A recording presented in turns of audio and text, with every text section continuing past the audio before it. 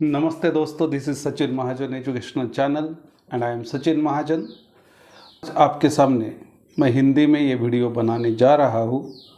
बहुत से भाइयों बहनों के मुझे मैसेजेस आए कि सर प्लीज़ हिंदी में वीडियो बनाइए, लेकिन मेरी हिंदी इतनी अच्छी नहीं है, इसलिए मैं मराठी में ही वीडियो बनाता हूँ। लेकिन आप सबके लिए एक रिक्वेस्ट आपकी थी कि हिंदी में बनाए, इसलिए मैं आज हिंदी में आपके सामने ये वीडियो बनाने जा रहा हूँ। तो दोस्तों, एडिट का ऑप्शन शुरू हो गया है। बहुत लोगों ने एडिट किए हैं अपने फॉर्म्स। बहुत लोगों को दिक्कतें आ रही है कि सब एडिट हो रहा है, लेकिन लास्ट में सबमिट का बटन नहीं आ रहा है। डाउनलोड प्रिंट करने के बाद बहुत से दिक्कतें आ रही है। तो मैंने भी अभी तक एक भी फॉर्म एडिट नहीं किया है, फिर भी मैं देखना चाहूँगा। अगर कोई फॉर्म में एडिट करता हूँ तो उसका स्क्रीन रिकॉर्डिंग आपके सामने रख दूँगा। तो बहुत लोगों का यही भी सवाल है कि पैसे कब मिलने वाले हैं। तो ये प्रोसीजर बहुत लंबी है, करीबन 330 दिन की ये प्रोसीजर है। उसके बाद ही पैसे मिलने वाले हैं।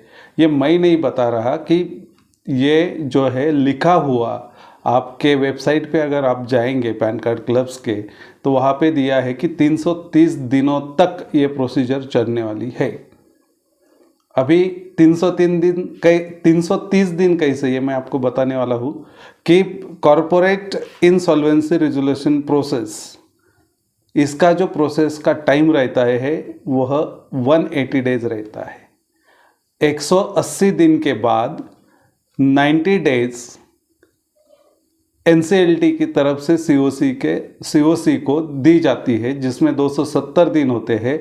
और 270 दिनों के बाद 330 दिनों तक ये पूरी प्रोसीजर कंप्लीट करके कस्टमर के या डेप्टर के अकाउंट में पैसा देना होता है। ये पूरी प्रोसीजर 330 दिन चलने वाली है। इट इज़ लास्ट डेट, मतलब लास्ट टाइम उनका 330 दिन है। बाद में अगर ये कोलैप्स हो जाएगी फिर लिक्विडेशन की प्रोसेस होगी। अगर ये कोलैप्स नहीं होती तो हमारा पैसा हमारे अकाउंट में आ सकता है। अभी 330 दिन कब से, तो 9 सितंबर को एनसीएलटी का रिजल्ट लगा था, उस दिन से 330 दिनों तक ये प्रोसीजर चलने वाली है। अभी हम जो लोग हैं वो सीए फॉर्म अपडेट कर रहे थे, सीए फॉर्म हम फिलअप कर रहे थे। तो इसमें ऑपरेशनल का भी एक कॉलम आता है, उसमें एम्प्लॉयज़ रहते हैं जिन्होंने पैन कार्ड क्लब्स में काम किया था, लेकिन उनका 2 या 3 साल तक पेमेंट नहीं हुआ था। उन लोगों ने भी अपना क्लेम डाला है, जिसमें गवर्नमेंट टैक्स जो पैन कार्ड क्लब्स की तरफ से नहीं दिया गया था, उन्होंने भी अपना क्लेम किया है। और स्टेट गवर्नमेंट टैक्स, ये सब ऑपरेशनल में आते हैं। अभी एक प्रश्न वहाँ पे दिया है कि अगर मैंने गलत दावा किया है, क्लेम सबमिट किया है, या मैंने अपनी जो मिलने वाली रकम है वो ज़्यादा करके लिखी है, देन व्हाट विल हैपन, तो क्या होगा। तो वहाँ पे आईआरपी ने एक क्यूरीज एंड आंसर्स का कॉलम दिया है। उसमें उन्होंने लिखा है कि अगर आपने गलत अमाउंट का क्लेम फॉर्म भरा है, जिसमें अगर आपको मिलने वाले 1 लाख और आपने डाले हैं 10 लाख रुपए, तो आपके ऊपर एक केस भी हो सकती है, यानी चीटिंग केस रहेगी। और उसके अंतर्गत यानी पैसा भी दंड के स्वरूप में आपको भरना पड़ेगा। अभी बहुत लोगों के सवाल थे कि मेरा क्लेम कब आएगा, मेरा 100% क्लेम आएगा क्या। तो वहाँ पे उन्होंने क्या कहा है कि अगर आपने फॉर्म फिलअप करते वक्त सभी दस्तावेज अच्छी तरह से आपने डाउनलोड अपलोड किए होंगे, तो भी उसमें आईआरपी या सीआईआरपी आरपी आपसे इसका प्रूफ मंगवा सकती है। अगर आपने फ़ोटोकॉपीज़ वहाँ पे डाला है, पीडीएफ डाला है, लेकिन अगर उनको लगा तो आपको सब ओरिजिनल डॉक्यूमेंट्स, अगर उनके समझो नासिक में अभी यहाँ पे एक ऑफिस चालू हो जाएगा चेकिंग के लिए हो सकता है। तो आपको सभी डॉक्यूमेंट्स वहाँ पे फिजिकली जाके दिखाने होंगे, then they will decide that this is claim is good और नॉट।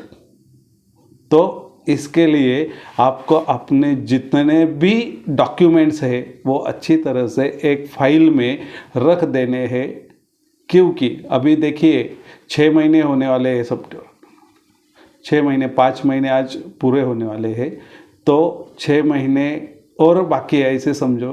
तो ये 6 महीने में हमें कुछ भी मंगाया जा सकता है, इसलिए हमें सब डॉक्यूमेंट, जैसे अभी मेरी ये फाइल है ये रेडी है, उसमें सब डॉक्यूमेंट जितने भी हमने क्लेम फॉर्म भरते वक्त वहाँ पे अपलोड किए थे वह सब ओरिजिनल डॉक्यूमेंट्स आपको साथ में रखने पड़ेंगे। Otherwise they will call you on video call. Video call में भी आपके सभी डॉक्यूमेंट चेक हो सकते हैं, तो आपको सब तैयार रखना पड़ेगा। अगर जिन लोगों के पास कुछ भी डॉक्यूमेंट्स नहीं होंगे उन लोगों के क्लेम डिबार्ड किए जाएंगे, वह पास नहीं होंगे। तो उसकी लिस्ट भी आप देख सकते हैं कि अभी जो लिस्ट है 8 दिसंबर तक लिस्ट यहाँ पे अपलोड की गई है, और उन्होंने ये कहा है कि आप 8 से 10 दिन के बाद हर वक्त अपनी लिस्ट नई डाउनलोड करके उसमें अपना नाम देखते रही है। यानी जो भी अपडेटेड लिस्ट है वो 8 दिन 10 दिन बाद अपडेट हो रही है, तो आप अपना नाम वहाँ पे देख सकते हैं। इसके लिए आपको CIRPPANCardClubs.com इस वेबसाइट पे जाके जितने भी लिस्ट है वहाँ पे क्लिक करके अपना नाम ढूंढना है। तो ये अपडेटेड लिस्ट रहती है। तो अगर एक क्वेश्चन है यहाँ पे कि हमने क्लेम सबमिट किए हैं और सभी डॉक्यूमेंट्स हमने डाले हैं वहाँ पे, लेकिन फिर से वही है कि आपको ओरिजिनल डॉक्यूमेंट्स अपने पास रखने पड़ेंगे। They will be called you for physical checking, मतलब डॉक्यूमेंट्स की फिजिकल चेकिंग हो सकती है। तो अपने सब डॉक्यूमेंट्स रेडी रखिए। अभी एक सवाल वहाँ पे आया था कि 8 दिसंबर तक जो तारीख थी, last date to submit claim, उसके बाद जो लोगों ने फॉर्म सबमिट किए हैं अभी भी वेबसाइट चल रही है, वहाँ पे लोग अपने क्लेम फॉर्म सबमिट कर रहे हैं। लेकिन वहाँ पे एक नोट है कि अगर आपने 8 दिसंबर के बाद फॉर्म फिलअप किया है, उसमें आरपी और आईआरपी दोनों को कुछ भी अधिकार नहीं है कि वो अपने लिस्ट में आफ्टर 8 दिसंबर के नाम लिख सके। इसलिए एनसीएलटी के पास एक केस डाली है। अगर एनसीएलटी कोर्ट हमें उसमें फाइनल डिसीजन देती है कि यस, जितने भी लोगों ने आफ्टर 8 दिसंबर फॉर्म भरे हैं उनके नाम इस लिस्ट में